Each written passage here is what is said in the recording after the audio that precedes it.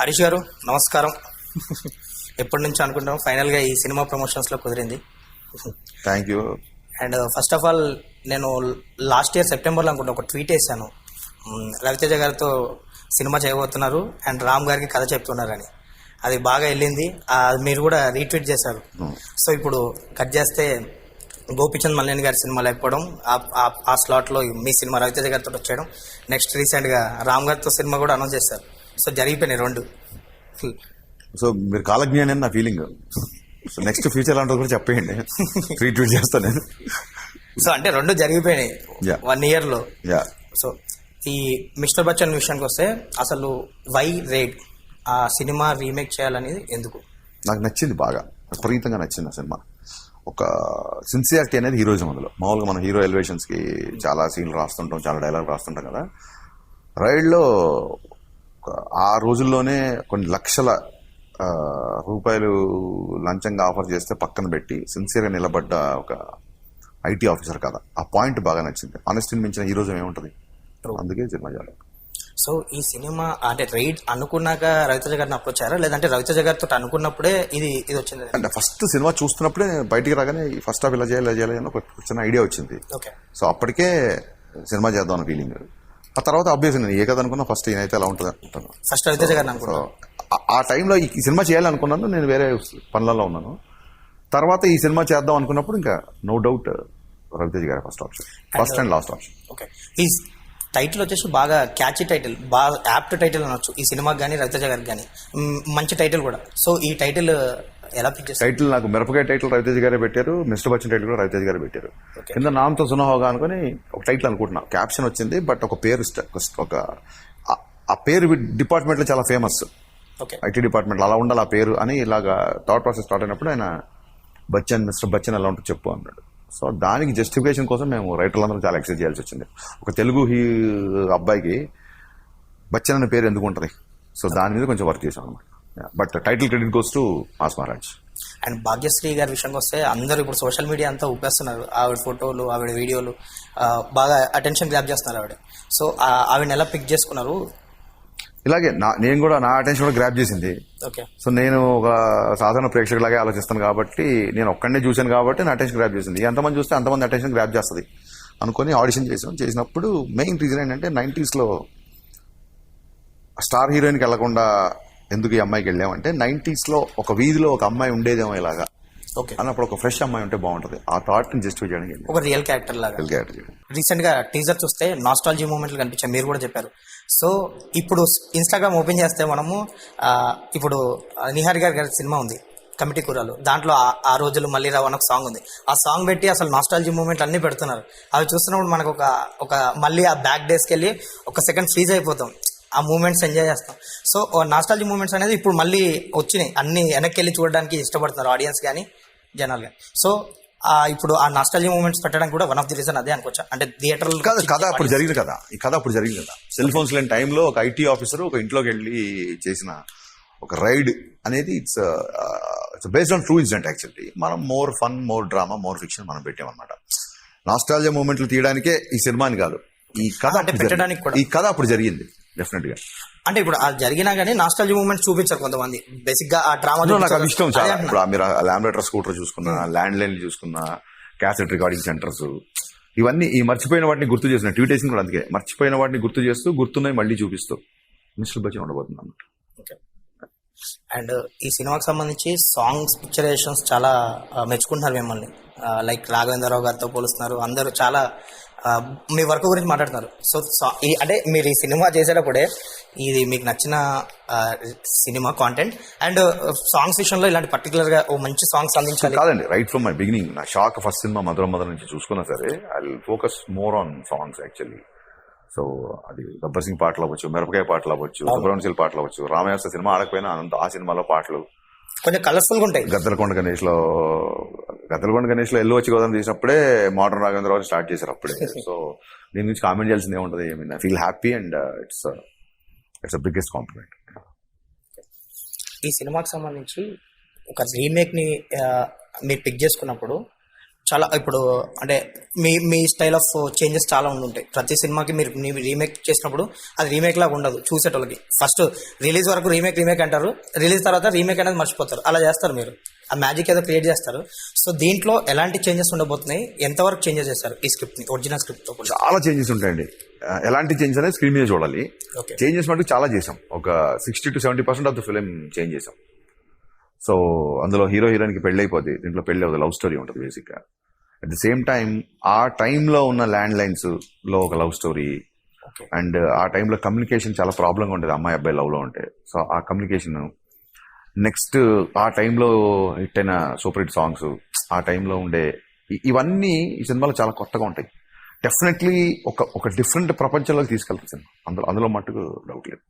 Actually ఒక remake లో మనం అనుకున్న చేంజెస్ చేసేటప్పుడు కథ డైవర్ట్ అవ్వకుండా చేయాల్సి ఉంటుంది. ఏ మాత్రం కథ డైవర్ట్ అయినా మనం ఎక్స్ట్రా కమర్షియల్ ఎలిమెంట్స్ ఏమైనా పెట్టినా ఇవి ఎక్కువ ఫోకస్ చేస్తే కథ డిస్టర్బ్ అయ్యే ఛాన్సెస్ ఉంది. బట్ మీ విషయంలో మీరు చేసిన రీమేక్స్ కానీ మీరు చేసిన చేంజెస్ కానీ అవి ప్రూవ్ చేసాయి. బట్ ఈ సినిమాకి వచ్చేసరికి ఎక్కువ కమర్షియల్ సైడ్ ఎక్కువ వెళ్తుంది అనిపిస్తుంది as of now. Release songs కానీ ఆ అమ్మాయి కానీ లవ్ ట్రాక్ కానీ, సో కథ సీరియస్ మీరు అన్నట్టు కథని బిగ్గెస్ట్ కాంప్లిమెంట్ అండి. ఈ సినిమా ఎక్కువ కమర్షియల్ గా ఉంది అంటున్నారు చూసారా, అదే నా ఫస్ట్ సెక్షన్ ఫీల్ అవుతున్నా.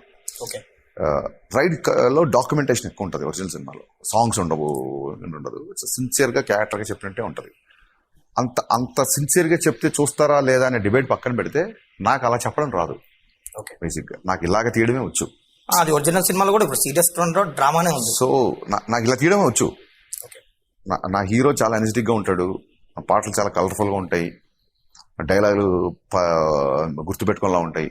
సో మనకి ఏది వచ్చి అదే చేయాలి కదండి, మనం రాంది చేయలేం కదా. నాకు ఇలా తీయడం వచ్చి కాబట్టి వినాలి సార్ మోర్ కమర్షియల్ కనబడుతుందని. Thank you so much for the compliment. మీరే అంటున్నారు ఎక్కడ చూసినా పాటలు, ఎక్కడ చూసినా అమ్మాయి అని. అంటే ఇప్పుడు మీరు ఆల్రెడీ ప్రూవ్ చేసుకున్నారు కాబట్టి అంటున్నాను. నేను 2 సినిమాల్లో అది చూసాం కదా, రిలీజ్ ముందు రీమేక్ అంటారు. కథని డైవర్ట్ అవ్వకుండా అన్నారు కదా, అది మంచి పాయింట్ అడిగారు.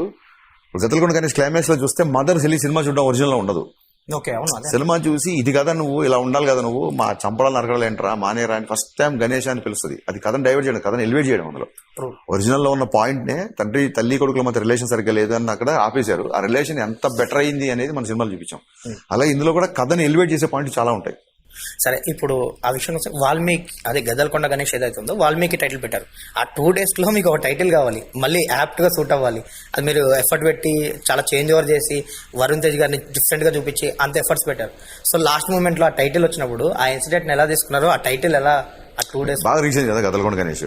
కథకి యాప్ట్ అదే అంటున్నా. వాల్మీకి అనేది ఒక ట్రాన్స్ఫర్మేషన్ అండి. వాల్మీకి మహర్షికి ఎందుకు మనం రోజు దండం పెట్టుకోవాలంటే అసలు ఒక ప్రపంచానికే ఒక ఆది కావ్యం రామాయణాన్ని ఇచ్చిన వ్యక్తి ఆయన. అట్ ది సేమ్ టైం ఆయన పాస్ తీసుకుంటే చాలా డిఫరెంట్ గా ఉండేది. అవును. సో ఒక మనిషి ఈ స్థాయి నుంచి ఈ స్థాయికి కూడా వెళ్ళొచ్చు అన్నదానికి ఇంకా వాల్మీకిని మించిన ఒక బెస్ట్ ఎగ్జాంపుల్ ఉండదు. డ్రాస్టిక్ చేంజ్ ఉంటుంది ఆయన లైఫ్. గద్దలకొండ గణేష్ కూడా అంతే. ఆ ట్రాన్స్ఫర్మేషన్ హీరోకి ఉంటుంది కాబట్టి వాల్మీకి అని పెట్టాం. They should feel happy. Next generations కి వాల్మీకి అని ఒక మహర్షి ఉండేవాడు, ఒక మహాకవి ఉండేవాడు, ఇతను రామాయణం రాశాడు అని ఒక పెద్ద సినిమా ద్వారా పెద్ద పెద్ద పోస్టర్లు వేసి టీజర్లు వేసి వాల్మీకి అని టైటిల్ రాసి వాల్మీకి గారిని ఇంత ప్రజాదరణకి అంటే మేము ఆయన కొత్తగా పబ్లిసిటీ ఇవ్వడం కాదు, బట్ ఆయన గుర్తు చేసుకుంటున్నాం కాబట్టి మాకు రెస్పెక్ట్ ఇవ్వాల్సింది పోయి మా మీద పడేసరికి అప్పుడు నేను కొంచెం బాధపడ్డాను. సో అదే ఆ టైంలో ఈ టైటిల్ ఇలాగే ఫీల్ అయ్యాను, బాధపడ్డాను చెప్తున్నాను. ఫీల్ కాదు, టైటిల్ అది ఎలా పిక్ చేసుకోవడానికి కథలో ఎప్పటి నుంచి ఉంది కదా, గణేష్ గద్దలకొండ టైటిల్ కూడా వేసాం కదా ఇక్కడ. అది పెట్టేస్తాం. మీరు ఇనిషియల్ స్టేజ్ లో అసిస్టెంట్ డైరెక్టర్ గా రైటర్ గా ఉన్నప్పుడు కొన్ని స్పెషల్ క్యామియోస్ చేశారు. అందరివాడు, లైక్ మొదటి సినిమా, చాలా సినిమా. బట్ మొదటి సినిమాలో నాకు ఒక సీన్ ఉన్నా కానీ చాలా ఇష్టం, ఫేవరెట్ సీన్ నాకు. అది చాలా పెయిన్ ఉంటుంది, డెప్త్ ఉన్న సీన్ అది. సో మీ మదర్ ఏదో హాస్పిటల్ ఉన్నారా అని హీరోయిన్తో ఎక్స్ప్లెయిన్ చేస్తారు ఆ జాబ్ కోసం. సో తర్వాత మీ సినిమాల్లో ఎక్కడ అలాంటి క్యామియోలు కానీ పెద్దగా కనిపించలేదు. ఎందుకు అంటే ఆ టైంలో ఎందుకు, తర్వాత యాక్టింగ్ మీద అసలు లేదా? ఇప్పుడు ఏదో సరదాగా అసిస్టెంట్ డైరెక్టర్ ఉన్నాం కాబట్టి ఎవరైనా గబుక్కుని చేసి డైరెక్టర్ ఆర్డర్ చేస్తే చేసినాయి. ఓకే. ఇప్పుడు నేను డైరెక్టర్ అయ్యాక కెమెరా ముందుకు వెళ్ళదు, టైం ఉండదు కదా కెమెరా ముందు. ఇప్పుడు చాలా మంది డైరెక్టర్ రాజమౌళి గారు లాంటి వాళ్ళు కూడా క్యామియో వచ్చి కనబడుతూ ఉంటారు ఏదో ఒక షాట్ లో. రాజమౌళి గారికి కనబడితే ఆయన స్థాయికి ఆయనకు వచ్చిన సక్సెస్ కి ఆయన 10 మంది చూడాలనుకుంటారు. ఓకే. రాజమౌళి గారు కనబడితే బాగుండని అనుకుంటారు, మనం కనబడితే బాగుండు అనే వాళ్ళు ఉంటారు. ఎవరన్నా సినిమా చూద్దాం అనుకుంటారు కానీ ట్రోల్ ఎక్కువ చేస్తారేమో. సో ట్రోల్ చేస్తానంటే కంపల్సరీ కనపడతా. ఎవరైనా ట్రోల్ చేస్తాను అంటే ఖచ్చితంగా కనపడతా. వాళ్ళ కోసం ట్రోలర్స్ కోసం భయపడే వ్యక్తిని కాదు నేను, అస్సలు కాదు. నన్ను మించిన ట్రోలర్ ఉంటాడు, కావాలంటే అవన్నీ కట్ చేసి చూపిస్తాం మీకు. అది కాదు ఇక్కడ. చిన్న బిజీగా ఉంటాము, ఖచ్చితంగా చెయ్యాలి అని. అప్పుడు కొంతమందికి ఇంట్రెస్ట్ ఉంటుంది కెమెరా ముందు ఇంట్రెస్ట్. నాకు అంత పెద్దగా నా సినిమాలో నేనుంటే నా ఈడే డైరెక్టర్ కాబట్టి ఈడే కెమెరా ముందుకు వచ్చాడు అనుకుంటారేమో అలా. రాజమౌళి గారు నేను కూడా చూడాలనుకుంటా స్క్రీన్ మీద, అదేలేండి. అది వేరు. అసలు ఆయనతో ఎవరిని కంపేర్ చేయకూడదు. నేను కంపారిజన్ సుభాష్ గారి గారు ఉండేవారు. చాలా మంది కనిపిస్తారు కదా, ప్రతి సినిమాలో ఒక చిన్న క్యామియో ఉండేది సుభాష్ గారిది. అవును అదే అంటున్నా. అంటే ఆ లెజెండరీ స్థాయికి వెళ్ళిన తర్వాత మనం జనాలు చూడాలనుకుంటున్నారు అన్నప్పుడు చేస్తే బాగుంటది. కనుక ఇంకా మేము ప్రోగ్రెషన్ మోడ్ లోనే ఉన్నాం కదా. లేదు ఉంది అట్లాంటిది మీ సినిమాలో గానీ ఉంటే ఫస్ట్ నీకే చెప్తాను. ఉంటే కనుక యాక్టింగ్ ఉంటే నీకే చెప్తాను. మీరు సోషల్ మీడియాని కొన్నిసార్లు వెపన్ లా వాడతారు ఏదైనా మంచి విషయాలకి వీటికి. కొన్నిసార్లు ఏంటంటే మీ మీద అటాక్ చేసినా కామెంట్ చేసినా అక్కడే రంగంలోకి దిగిపోయి కాన్వర్సేషన్ స్టార్ట్ చేస్తారు. లైక్ అది ఎనీ ఇష్యూ, బీవీఎస్ రవి గారిది కానీ చోటాకే గారిది కానీ, ఆయన ఎక్కడో వీడియోలో అన్నదాన్ని సోషల్ సంథింగ్ అలా ఏదైనా సోషల్ మీడియాలో జరిగిందని అక్కడే స్టార్ట్ చేస్తారు. మళ్ళీ చోటగా నాయుడు గారు మా సెట్కి వచ్చారు, మా ఇద్దరం హక్ చేసుకున్న వీడియో చూసారా మీరు? లేదు అంటే అది వీడియో చూసారా మీరు? చూడలేదు. ఇది చూస్తారా చూడండి. మరి ఏమనుకోవాలి, అది కూడా నేనే ట్వీట్ చేసే కదా. నేను అనేది చోటా గారు మా సెట్కి వచ్చారు, నేను ఆయన కలిసి హక్ చేసుకున్నాము, అందరం మాట్లాడుకున్నాము, అన్ని అయిపోయినాయి. మీరు అదే సార్ రాజేష్ గారు, మీరు కూడా ఏంటంటే మీరు కూడా నేను బిగినింగ్ లో మీరు ఆ పాత సినిమాల గురించి మాట్లాడడం ఎన్ని బాగా చేసేవాళ్ళు ఇంటర్వ్యూస్. మరి కాంపిటీషన్ ఉందనా లేకపోతే ఇంకోటి ఉందా, మీరు కూడా మెల్లిగా ఎక్కడో ఒక రాంగ్ రూట్లోకి వెళ్తున్నారేమో, వెళ్ళారని అనట్లేదు, వెళ్తున్నారేమో అనిపిస్తుంది.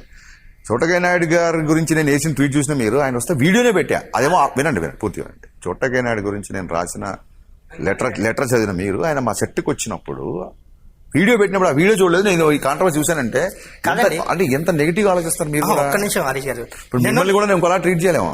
లేదు హరీష్ గారు, నేను చెప్పేది నా క్వశ్చన్ కంప్లీట్ అయ్యాక మీరు ఇది చెప్పుంటే నేను క్వశ్చన్ గురించి కాదు, ఈ వీడియో చూడకపోవడం తప్పు కదా. మీరు పొద్దున్న లేస్తే ట్విట్టర్ లో ఉంటారు, చోటా గారు మా ఎందుకు ఆయన అంత రెస్పెక్ట్ చేసి అంత వీడియో చేస్తే నేను వీడియో చూడలేదండి అన్న, అంత కన్వీనియంట్ ఆన్సర్ అండి. కాదండి, నేను అసలు ఆయన మీ ట్విట్టర్ హ్యాండిల్ చూడలేదంటే ఎలా ఉంటుంది మీకు? ఏమండి, నా point of view Chota K Naidu గారి గురించి మీ గురించి కాదు. నేను అనేది ఏంటంటే మీరు ఇప్పుడు సోషల్ మీడియాలో ఏదైనా జరిగితే అక్కడే కౌంటర్ ఇచ్చి అక్కడే కాన్వర్సేషన్ స్టార్ట్ చేస్తారు. అలాంటప్పుడు నాకు క్వశ్చన్ ఏమనండి, కొంతమంది ఏమనుకుంటారంటే ఎందుకు హరీష్ ఇట్లా ఓ స్థాయిలో ఉన్నాడు కదా డైరెక్టర్ గా, ఎందుకు ఇవన్నీ పెట్టుకుంటాడు అనుకుంటారు. వాళ్ళకి ఏం సమాధానం చెప్తారని నేను అంటున్నా. ఆ క్వశ్చన్ మీరు వినకుండానే కాదండి, ఆ క్వశ్చన్ వేరు, మీరు వీడియో చూడకపోవడం మీరు రెండు డిఫరెంట్ ఇష్యూస్. ఓకే, మీరు అన్నట్టు నేను చూడలేదు, ఖచ్చితంగా చూడాలి, పాజిటివ్ వీడియో అది. ఓకే, నేను అనేది ఇది, ఇందులో కాంట్రవర్సీ లేదు వదిలే అని అంటే తప్పది, అన్ని చూడాలి. ఇప్పుడు అది అలా అనుకుంటే మీ క్వశ్చన్ నాకు అర్థమైంది. కొంతమంది హరీష్ కి ఎందుకు అదేమన్నా బ్రహ్మ పదార్థమా మీరు అడిగిన క్వశ్చన్? రాకెట్ సైన్స్, అది అర్థమైందండి. నా ఇష్యూ వినండి, మీరు వినకుండా మీరు ఓన్లీ మీ క్వశ్చన్ పట్టుకుంటే అలాగే మీ క్వశ్చన్ ఆన్సర్ చేయకుండా మీ క్వశ్చన్స్ ఆన్సర్ అయ్యి మీరు సాటిస్ఫైడ్ అన్నాకే కుర్చీ నుంచి వేస్తా. ఓకేనా? అది కాదు చెప్పేది. చోటకాయ నాయుడు గురించి నేను రాసిన ఒక ఘాటు లెటర్ మీరు చూసినప్పుడు, ఆయన మా సెట్కి వచ్చి ఆయన మేము గౌరవించుకున్న పద్ధతి, ఆ వీడియో నేను చూడలేదండి అంటే మీరు నా పొజిషన్ ఉంటే మీరు ఎలా రియాక్ట్ అవుతారు? ఇంతకంటే ఎక్కువ రియాక్ట్ అవుతారు. నేను చాలా మంచోండి కాబట్టి ఇలా రియాక్ట్ అయ్యా. Okay, next question. హరీష్ శంకర్కి ఎందుకు ఎవరైనా కామెంట్ చేస్తే ఇగ్నోర్ చేయొచ్చు కదా, అక్కడే తేల్చుకుంటాడు, ఇమీడియట్ గా అక్కడే ఉంటాడు అన్నప్పుడు ట్విట్టర్లో క్వశ్చన్ వేసాం, ట్విట్టర్లో ఆన్సర్ ఇంటికి వెళ్తాం ఏంటి ఇప్పుడు వాటి గురించి? వదిలేస్తారు కదా. మీరు ఏమన్నారు, కొంతమంది అడుగుతారంటున్నారు కదా, కొంతమంది అనుకుంటున్నారని చెప్పి మనం ఎలా మారుతాం అండి? మీరే చెప్తున్నారు కొంతమంది ఎందుకు అంటారని. కొంతమంది అనుకుంటారు, ఆ కొంతమంది ఒకటి అనుకుంటారు, ఈ కొంతమంది ఒకటి అనుకుంటారు, ఈ కొంతమంది కోసం ప్రాస్పెక్ట్ ఏంటంటే ఆలోచించరు. ఈ కొంతమంది గురించి బతకడం, ఆ కొంతమంది గురించి ఇంకో రోజు బతకడం, ఈ కొంతమంది ఇంకో రోజు బతకడం, అలా ఉండదండి. అనుకున్నది చేసేస్తారు. కొంతమంది కాదు, 2,68,000 ట్వీట్లు తెరీ రీమేక్ ఆపేయండి అని చెప్పి 2,68,000 నెగటివ్ ట్వీట్ ట్రోల్స్ అయ్యాయి. రికార్డ్ ట్రోలింగ్ జరిగింది, రికార్డ్ ట్రోలింగ్. 2,68,000 నాకు తెలిసి ఏ డైరెక్టర్ మీద అంత అటాక్ జరిగి ఉండదు. ఆపేమా? టీజర్ రిలీజ్ చేసాక వాళ్ళందరూ సారీ అన్న మెసేజ్ పెట్టారు. నేను మీకు ముందు స్టార్టింగ్ లో కూడా చెప్తారు. మీరు అనేది నెగిటివ్ ట్రోలింగ్ గురించి క్వశ్చన్ చెప్తున్నారు కదా. 2,65,000 మంది దాడి చేస్తేనే నేను నా పని ఆపలా. ఎవరో కొంతమంది హరీష్కి ఎందుకు, ఇంకో కొంతమంది ఈయన ఎందుకు సమాధానం ఇవ్వాలి అనుకుంటే అది వాళ్ళు ఇవ్వద్దు అనుకుంటున్నారు, నేను ఇవ్వాలి అనుకుంటున్నాను. మరి మీరు ఎందుకు ఇవ్వద్దు అనుకుంటున్నారు, నేను కూడా క్వశ్చన్ చేయొచ్చు కదా. ప్రాబ్లం ఎక్కడ వస్తుందంటే అండి, ఎక్స్పెషల్లీ చాలా మంది సెలబ్రిటీలకి నాకు నచ్చింది ఇతను ఎందుకు బతకట్లేదు అన్న ఇష్యూ స్టార్ట్ అయింది కొత్తగా. అది చాలా తప్పు. ఎవడి లైఫ్ ఆడదండి, ఎవడి ఇష్టం ఆడది. నాకు నచ్చినట్టు ఇది బతకాలి, నాకు నచ్చినట్టు ఇతను సమాధానం చెప్పాలి, నాకు నచ్చినట్టే ఇతను ట్వీట్ చేయాలి అని అనుకోవడం చాలా తప్పండి. నేను అనుకోకూడదు ఎవరి గురించి. మీరు అన్నది వెపన్ అని, సోషల్ మీడియా వెపన్ అండి. నేను ఒకటి చెప్పాలనుకుంది ఒక్కటే లైన్ తో, మంచి విషయాలు కూడా చాలా చెప్పారు, చాలా ఫైట్ ఒకటే లైన్ తో ప్రపంచం నార్వేలో కూర్చున్న వ్యక్తికి, న్యూయార్క్ లో కూర్చున్న వ్యక్తికి, కెనడాలో కూర్చున్న వ్యక్తికి నేను అనుకున్నది ఒక సెకండ్ లో రీచ్ అయిపోతుందంటే ఎంత గొప్ప టెక్నాలజీ, దీన్ని ఎంత గొప్పగా వాడుకోవచ్చు మనం కదా. So definitely it's a weapon. So ఆయుధం అనేది డెఫినెట్ గా ధర్మం కోసం వాడాలి, అధర్మం కోసం కాదు. సార్ చాలా మందికి ఉన్న సార్ మీరు 100 కాంట్రవర్సీలు గ్రేట్ ఆంధ్రమూర్తి గారి దగ్గర నుంచి మొదలుకొని మిర్చి 9 వరకు మీరు ఏ క్వశ్చన్ వేసినా నేను ఆన్సర్ చెప్పాకే వెళ్తాను, రెడీ. మీరేం భయపడుతూ రిక్వెస్ట్ చేస్తూ నర్వస్ ఏమొద్దు, మీరు ఏదన్నా అడగొచ్చు, యూఆర్ ఫుల్ ఫ్రీడమ్. ఇప్పుడు ట్విట్టర్ లో కొంతమంది అనుకున్నది నేను అడుగుతున్నా, జస్ట్ ఒక అకౌంట్ ఉంది అల్పసీనో అని సంథింగ్, మీరు ఏదన్నా ట్వీట్ చేసినా ఏం చేసినా కింద అంటే కొన్ని పాజిటివ్ వస్తాయి, కొన్ని నెగిటివ్ వస్తాయి. సోషల్ మీడియా అన్నాక కామన్, కొన్ని నెగిటివ్ వచ్చినప్పుడు ఆ అకౌంట్ నుంచి కొన్ని కౌంటర్ అవి పడేసరికి చాలా మంది అది మీ ఫేక్ అకౌంట్ ఏమో, లేదంటే ఏదో చాలా మంది ట్యాగ్ చేయడం చూసాను నేను. అసలు ఏంటి అకౌంట్ గురించి చెప్పండి. చాలా మంది నన్ను సపోర్ట్ చేస్తూ మాట్లాడుతుంటారు. ఇతనేమో అసలు వీరాజ్మా, నేను ఒకసారి చెప్పా అతనికి పబ్లిక్ గానే చెప్పా, అలా వాళ్ళు బూతులు మాడినప్పుడు నువ్వు కూడా బూతులు మాడితే కౌంటర్ అటాక్ వాళ్ళకి మనకి తేడా ఉంటది, బూతులు వద్దు అని చెప్పా. కింద కూడా ఏదో ఫన్నీగా ఉంటది, అలీ గారి వర్డ్ ఏదో ఉంటది, కాట్రవల్లి అని ఉంటది. అతను రెగ్యులర్ గా చెప్తుంటాడు. సో ఎవరైతే నాది ఆల్టర్నేటివ్ అకౌంట్ అనుకుంటున్నారో డైరెక్ట్ గా I can have enquiry, cyber enquiry చేసుకోవచ్చు. ఫస్ట్ ఆఫ్ ఆల్ మీ క్వశ్చన్లోనే రాంగ్ అండి, అంటే మీరని కాదు, ఇలా అడిగేవాళ్ళు అందరూ రాంగ్. హరీష్ శంకర్ నిర్మోహమాటంగా జవాబిస్తాడని మీరే అంటున్నారు. నాకు ఎందుకండి ఆల్టర్నేటివ్ అకౌంట్? దేనికి? నేను అనాలనుకుంది ఖచ్చితంగా అనిపడేస్తా. నాకు second account, third account, fourth account అవసరం అది కాదు హరీష్ శంకర్. నేను అనాలనుకుంటే మిమ్మల్ని మొహమాటం లేకుండా అంటాను. దానికి 1000 ఎగ్జాంపుల్స్ ఉన్నాయి, 1000 వీడియోలు ఉన్నాయి.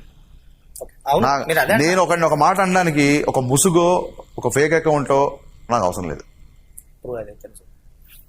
సో ఈ విషయానికి వస్తే ఇప్పుడు మీరు అన్నారు రీమేక్ ఆ టైంలో, అదే పవన్ కళ్యాణ్ గారి ఉస్తాద్ భగత్ సింగ్, అసలు తేరీ రీమేక్ అసలు ఎవరి డిసిషన్ సార్? మీరంటే మీరు ఏదైనా ఒరిజినల్ స్క్రిప్ట్ తో పవన్ కళ్యాణ్ గారిని అప్రోచ్ అయ్యారా? అసలు తేరీ అనేది ఎవరి డిసిషన్? తేరీ అనేది ఎవరి డిసిషన్ అనే క్వశ్చన్ కి ఐ థింక్ నేను కానీ, మా హీరో గారు కానీ, మా ప్రొడ్యూసర్ కానీ వీఆర్ నాట్ ఆన్సరబుల్ అండి. తేరీ సినిమా ఎలా ఉండబోతుంది, దాన్ని మీరు రీమేక్ చేస్తానంట కదా అన్నదానికి మేము చెప్పాలి తప్ప ఈ డెసిషన్ ఎందుకు తీసుకున్నారు అనేది ఆడియన్స్కి అనవసరం అండి.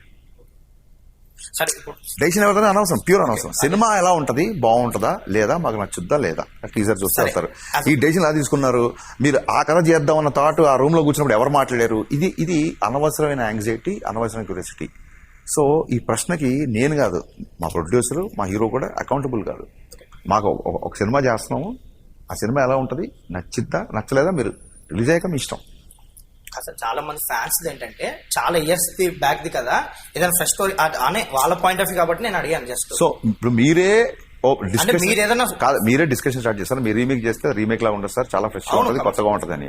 ఇప్పుడు అది కూడా ఇంకా నా టీజరే ఆన్సర్ అయినప్పుడు మళ్ళీ ఇంకా ఎవడో ఇంకా ఎక్కడో ఏదో ట్రోల్ చేసిన వాళ్ళకి మనకి సమాధానం ఇచ్చుకుంటే ఎక్కడ వెళ్తారు రాజేష్ గారు?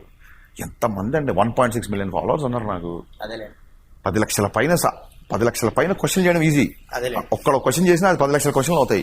10 లక్షల ఆన్సర్లు ఇచ్చే ఓపిక కానీ ఉంటుందా, టైం ఉంటుందా సార్? నిజంగా చెప్పాలంటే పవన్ కళ్యాణ్ గారు ఫ్యాన్స్ ఎవరైతే ఉన్నారో, మీరు అన్నట్టు అదొక ట్రెండ్ చేశారు.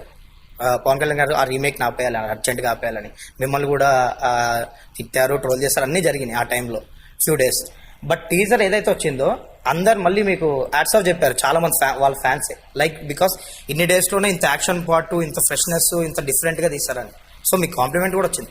సో ఆ తక్కువ టైంలో చాలా మందికి డౌట్, అది అంత తక్కువ టైంలో అంత కంటెంట్, అంత ఫుటేజ్ ఎలా తీశారు సార్? అంటే టీజర్లో మాకు కొంచెం చూపించుంటారు కానీ బట్ చాలా ఎక్కువ అనిపించింది ఆ షార్ట్స్ కానీ. ఇప్పుడు ఇది కూడా అంతే కదా, ఇది కూడా చాలా తక్కువ టైంలో రిలీజ్ అవుతుంది సినిమా. ఇది కూడా ఓకే, కొంచెం ఫాస్ట్ గా వర్క్ చేస్తాను. అంటే అది ఎన్ని రోజులు చేస్తారు సార్? అదే అంటున్నా సార్, అతను ఎన్ని రోజులు చేశాడు, పవన్ కళ్యాణ్ ఏ టైం సెట్కి వచ్చారు, ఇది నేను చెప్పనండి ఆడియన్స్, చెప్పనండి. That is my USP. అంటే తక్కువ డేస్ చేస్తుంటారు కదా, డెఫినెట్గా తక్కువ డేస్ చేసాం, అందులో డౌట్ లేదు. ఇప్పుడు తక్కువ డేస్ అన్నారు మీరు ఏదైతే ఉంటుందో, మీ ఫిలిం మేకింగ్ చాలా ఫాస్ట్గా ఉంటుంది, మీ మేకింగ్ చాలా ఫాస్ట్గా ఉంటుంది, చాలా జట్ మనీ అయిపోతుంది షూట్. కానీ సినిమాకి మాత్రం గ్యాప్ ఉంటుంది. సినిమా స్టార్ట్ చేసి బిగినింగ్ వరకు ఫ్యూ మంత్స్లో అప్పుడే వచ్చేసిందా, చాలా ఫాస్ట్గా చేస్తారా అనిపిస్తుంది. మీ సినిమాలో ఏమైనా ఏది తీసుకున్నా, లైక్ గద్దలకొండ గణేష్ కానీ స్టార్స్తో పెట్టుకున్నప్పుడు కూడా మీరు మరీ ఎక్కువ డేస్ తీసుకోలేదు కమర్షియల్ సినిమా లేదని. ఇలాంటి సినిమా మరీ చాలా ఫాస్ట్గా చేశారు. సో గ్యాప్ మాత్రం సినిమా ఇది ఫాస్ట్ గా చేయాలంటే ఎక్కువసేపు ప్రిపేర్ అవ్వాలి, అందుకే ఓకే అదేం లేదండి. ప్రీ ప్రొడక్షన్ ఎక్కువ చేసుకొని ప్రీ ప్రొడక్షన్ చాలా గట్టిగా ఉంటుంది, చాలా గట్టిగా ఉంటుంది ప్రీ ప్రొడక్షన్. సెట్కి వెళ్ళిన తర్వాత ఒక సెకండ్ కూడా టైం వేస్ట్ చేయము. బట్ అట్ సేమ్ టైం ఒక సీన్ రాయడానికి కానీ, ఒక డైలాగ్ రాయడానికి కానీ, ఒక 100 టూ మెనీ ఆప్షన్స్ వస్తుంటాయి నాకు. అందులో నుంచి బెస్ట్ ఆప్షన్ తీసుకోవడానికి, గబుక్కున ఒక డెసిషన్ తీసుకోవడానికి టైం పడుతుంది నాకు బాగా. లైక్ అంటే దీనికి ముందు డీజేకి ఉస్తాద్ ముందు కూడా కొంచెం గ్యాప్ ఉండేది. చెప్తాను, నాకు కొంచెం టైం పడుతుంది స్క్రిప్ట్ కి. నేను ఫర్దర్ గా అది కాంపన్సేట్ చేస్తాను. ఇప్పుడు నేను పాండమిక్ లో చాలా స్క్రిప్ట్ స్టడీ చేస్తున్నాను కాబట్టి ఇమీడియట్లీ ఫర్దర్ గా గ్యాప్స్ ఉండవండి.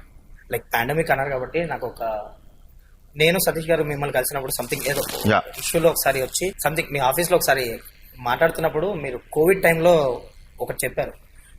కోవిడ్ ముందు హరీష్ శంకర్ ఏంటి, కోవిడ్ తర్వాత హరీష్ శంకర్ ఏంటి, మీలో వచ్చిన చేంజ్ ఏంటి, చేంజ్ ఓవర్ కానీ?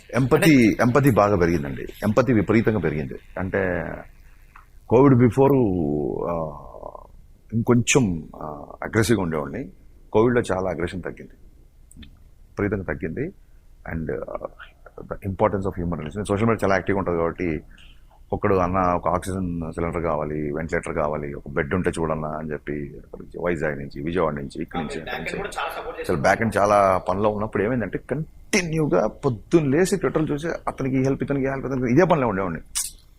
చాలా మందికి హెల్ప్ చేసి సో అంతా ఫ్యామిలీకి వచ్చింది, అందరు సేఫ్గా ఉన్నారు, ఇప్పుడు అందరు బాగున్నారు. బట్ ఆ టైంలో సఫర్ అయ్యాం చాలా. ఈ పొద్దున్న లేస్తే తెలియకుండా ఏమైందంటే ఒక 60 days non stop negative news. అంటే కొంతమంది పరిస్థితి ఎలా ఉండదంటే, నేను బుక్ చేసి వైజాగ్లో అయితే మీరు వెళ్ళండి, మీకు బెడ్ రెడీ ఉందని వెళ్ళేలోపు చనిపోయాడు మనిషి. సో ఆ నెగటివ్ నెగటివ్ నెగటివ్ నెగటివ్ చూసి చూసి చూసి చూసి నేను ఒక కైండ్ ఆఫ్ డిప్రెషన్కి వెళ్ళిపోయా. సో మెంటల్గా చాలా స్ట్రాంగ్గా ఉండే వ్యక్తిని నేను ఒక కైండ్ ఆఫ్ డిప్రెషన్లోకి వెళ్ళిపోయా. ఒక ట్వీట్ చూడగానే కళ్ళ మంది నీళ్ళు వచ్చేసి, ఇంతకుముందే అరే ఇంతకు ఏదో చేయాలని విపరీతంగా వాళ్ళు చూస్తుంటే న్యూస్లు చూసేసి ఎయిడ్ చేయడము. అండ్ ఇంట్లో ఒక్కడే ఉన్నాను ఆ టైంలో. ఆమె బేసికలీ ఆమె ఎక్స్ట్రావర్ట్, నాకు చుట్టూ మనుషులు ఉండాలి. సో నా వైఫ్ కూడా కెనడాకి వెళ్ళిపోయింది, నేనే పంపించాను. ఇక్కడ సేఫ్ కాదు, తనకి ఎలా ఆపర్చునిటీ ఉందని తను పంపించాను. సో ఇంట్లో ఒక్కడే ఉండండి. అండ్ ఈ దీంతో మెయిడ్స్ కానీ కుక్స్ కానీ ఎవరు రావడానికి లేదు. సో నేనే కుక్ చేసుకొని, నేనే డిషెస్ క్లీన్ చేసుకొని, మళ్ళీ నేనే వీళ్ళందరూ పని చేస్తున్న టైంలో ఒక తెలియకుండా ఒక కొన్నిసార్లు నా గొంతు వినడానికి, అవతల గొంతు వినడానికి కాదు, నా గొంతు వినడానికి నేను ఫోన్ చేసి ఫ్రెండ్స్కి. సో ఆ డిప్రెషన్ నుంచి బయటకు వచ్చిన తర్వాత నాలో చాలా చేంజ్ వచ్చింది. డెఫినెట్గా ఐఎమ్ మోర్ ఎంపథిక్ నౌ. ఇంతకుముందు అలా కాదు. సార్ ఇప్పుడు మీరు హరీష్ శంకర్ లీక్స్ అని కొత్తగా ఒక ట్యాగ్ వచ్చింది, మీకు తెలుసా? ఆచార్య టైంలో, ఆచార్య ఇంటర్వ్యూలో ఒకటి లీక్ చేశారు. రీసెంట్ గానేమో టీజర్ ముందు ఒక డైలాగ్ లీక్ చేస్తాను అని లీక్ చేశారు. సో నాకు చిన్న చేశారు. బట్ నాకు కొంచెం నా ఇంటర్వ్యూలో ఉస్తాద్ భగత్ సింగ్ గురించి ఏదైనా చెప్పకూడదు కాదు, చెప్పేది ఏదైనా లీక్ లైక్ ఏదైనా. నాకు నిజంగా ట్యాగ్ వచ్చిందని తెలియదు, హరీష్ శంకర్ లీక్స్ వచ్చినట్టు తెలియదు. But I will be happy. ఎవరో నా సినిమా గురించి లీక్ చేసే వాళ్ళు నేనే లీక్ చేస్తే బెటర్ అనేది నేను ఫిక్స్ అయిపోయాను. ఇంకా ఫర్దర్ గా నా సినిమాల లీకులు నా నుంచి ఎక్స్పెక్ట్ చేయండి, అవే కరెక్ట్. ఉస్తాద్ భగత్ నుంచి ఏంటంటే అతి త్వరలో షూటింగ్ స్టార్ట్ కాబోతుంది. That's leak. Producers Pawan Kalyan గారిని కలిసారు రీసెంట్ గా. సో వాళ్ళు ఇచ్చే న్యూస్ చెప్తున్నాను నేను. ఇమ్మీడియట్ గా as soon as possible are getting in to Ustaad Bhagat Singh floors. Sir actually ఆ సినిమా ఎలా ఉండబోతుంది అంటే, ఫ్యాన్స్ కి మీకు గ్లిమ్స్ చూపించారు, గ్లిమ్స్ చూపిస్తాను ఒక హై వచ్చింది అందరికి. మీరు చెప్పండి, గ్లిమ్స్ చూసారు కదా, ఎలా ఉండబోతుంది మీరు అనుకుంటున్నారు? చాలా బాగుండబోతుంది. అలాగే ఉంటుంది మరి, ఇంకేముంది అలా కదండి. కాంటెంట్ గురించి ఏదన్నా ఇంకెలా ఉండబోతుంది, ఆయన క్యారెక్టర్ గురించి, పవర్ఫుల్ క్యారెక్టర్. మీరు అసలు కాప్ రోల్ ని ఆయన నాకు ఒక చిన్న మోరల్స్, ఎథిక్స్, సంస్కారం ఫాలో అవుతానండి. మిస్టర్ బచ్చన్ ప్రమోషన్ జరుగుతున్నప్పుడు ఉస్తాద్ భగత్ సింగ్ గురించి మాడితే పవన్ కళ్యాణ్ ఫ్యాన్స్ కూడా మిస్టర్ బచ్చన్ చూస్తారేమో, అలా అనుకోకూడదు. ఆ సినిమా ప్రమోషన్ అప్పుడు ఆ సినిమా గురించి మాట్లాడుకుందాం. మిస్టర్ బచ్చన్ సినిమా గురించి ఉస్తాద్ భగత్ సింగ్ ఎలా ఉండబోతుంది అనేది చాలా రాంగ్ క్వశ్చన్ రాజు గారు. సార్ కంటెంట్ ఎలా ఉంటుంది అంటే, నేను ఆల్రెడీ చాలా ఇంటర్వ్యూలో ఇప్పుడు నేను ఆ సినిమా చేస్తున్న దర్శకుడు కాబట్టి ఆ సినిమా సంబంధించిన క్వశ్చన్ ఉంటుంది, నేను దానికి ఆన్సర్ చేశాను. ఆ సినిమా ఎలా ఉండబోతుందని ఈ 10 రోజుల్లో ఈ సినిమా రిలీజ్ పెట్టుకొని ఆ సినిమా ఎలా ఉండబోతుందని చాలా రాంగ్ క్వశ్చన్ సార్. సరే సార్, ఇది ఇప్పుడు మీరు మొన్న రీసెంట్ గా ప్రెస్ మీట్ లో చెప్పారు, ఏది రిలీజ్ విషయానికి వచ్చేసరికి మైత్రి శశి గారి ఆయనే జోరీగలాగా మమ్మల్ని తినేస్తాడు, ఈ డేట్కి రావాలి మంచి డేట్ అని. బట్ మీకంటూ ఒకటి ఉండి చూడు, మైత్రి శశిలాగా ఆయన జోరీలాగా చెప్పిన పాయింట్ మీరు క్యాచ్ చేశారు.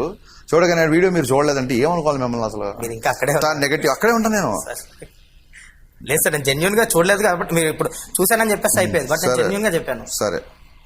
సో ఇప్పుడు శశి గారిని అన్నారు. బట్ ఈ ఇండస్ట్రీ వరకు ఏంటంటే, ఈ సినిమానే కాదు, ఇప్పుడు ఓటీటీ కానీ ఇవన్నీ కానీ కొంచెం డిమాండ్ చేస్తున్నాయి, లేదంటే ప్రెషర్ పెడుతున్నాయి, సిచ్యువేషన్ బాగాలేదు ఇండస్ట్రీ, ఇవి కొంచెం డిజిటల్ పరంగా కానీ ఇండస్ట్రీ సిచ్యువేషన్ బాగాలేదు ఎవరు అనలేదే. లైక్ అంటే ఇప్పుడు బిజినెస్ పరంగా కదా. ఎక్స్ట్రాడనరీగా ఉంది.